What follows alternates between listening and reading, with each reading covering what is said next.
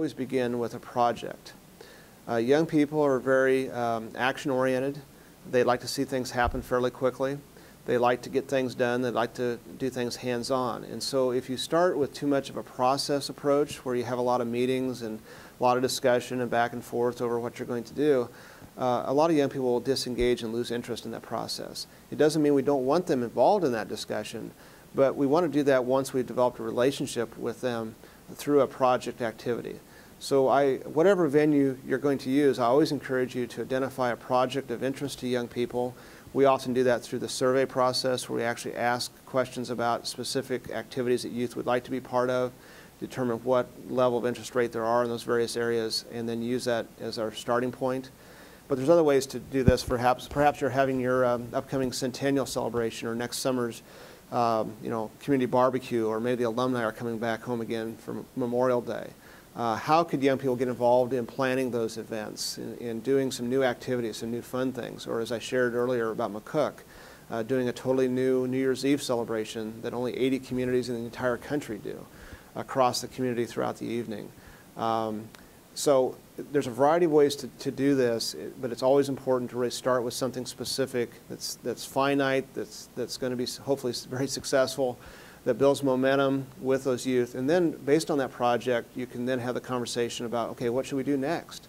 And then ultimately get young people involved in developing a long-term game plan for youth engagement that makes investments perhaps in walking and hiking, biking trails, or turning the downtown back into really a center of activity with maybe little coffee shops and things like that, and renovating our old historic buildings to make the downtown really a gathering place, various events they would like to see in the community. So, but it always starts really with a project agenda. It can start with a chamber activity, Rotary, Lions Club, Extension, 4-H. The vehicle is not quite as important as really finding something that the young people are excited about getting involved with and helping them be successful in that project. And then from there, you can launch into a variety of different activities.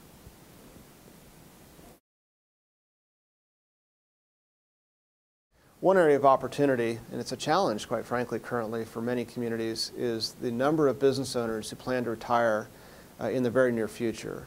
The average age of our business owners in many communities is in the upper 60s, if not 70s in some cases. And so we're in danger of losing entire downtown districts because of the average age and the fact that many of our young people that are their children chose to leave the community perhaps many years ago and don't intend to come back home again.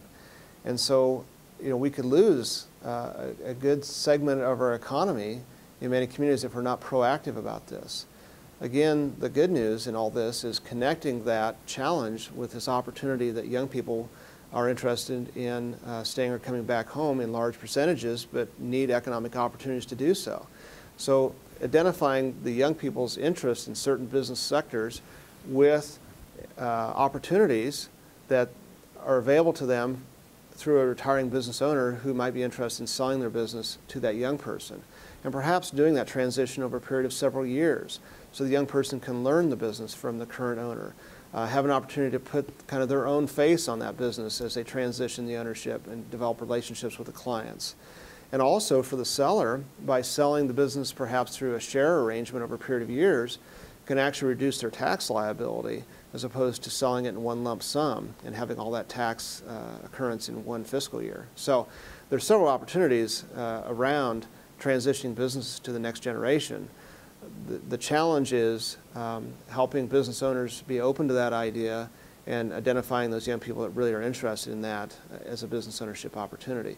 And then the third piece is using our, in many cases, existing economic development resources, microloan programs, access to other lending programs, assistance with business plan development, on and on, to help that young person prepare for that business opportunity.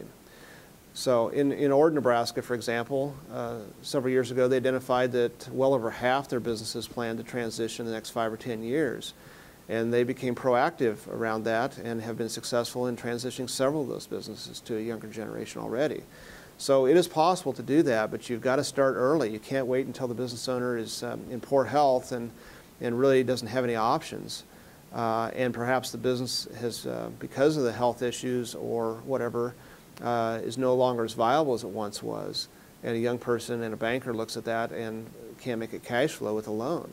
And so by starting at a younger age with a retiring owner, finding those young people with an interest, giving them some time to work into that business, I think we can be more successful in transitioning more businesses to the younger generation and keep those long-standing businesses on our main streets in rural communities.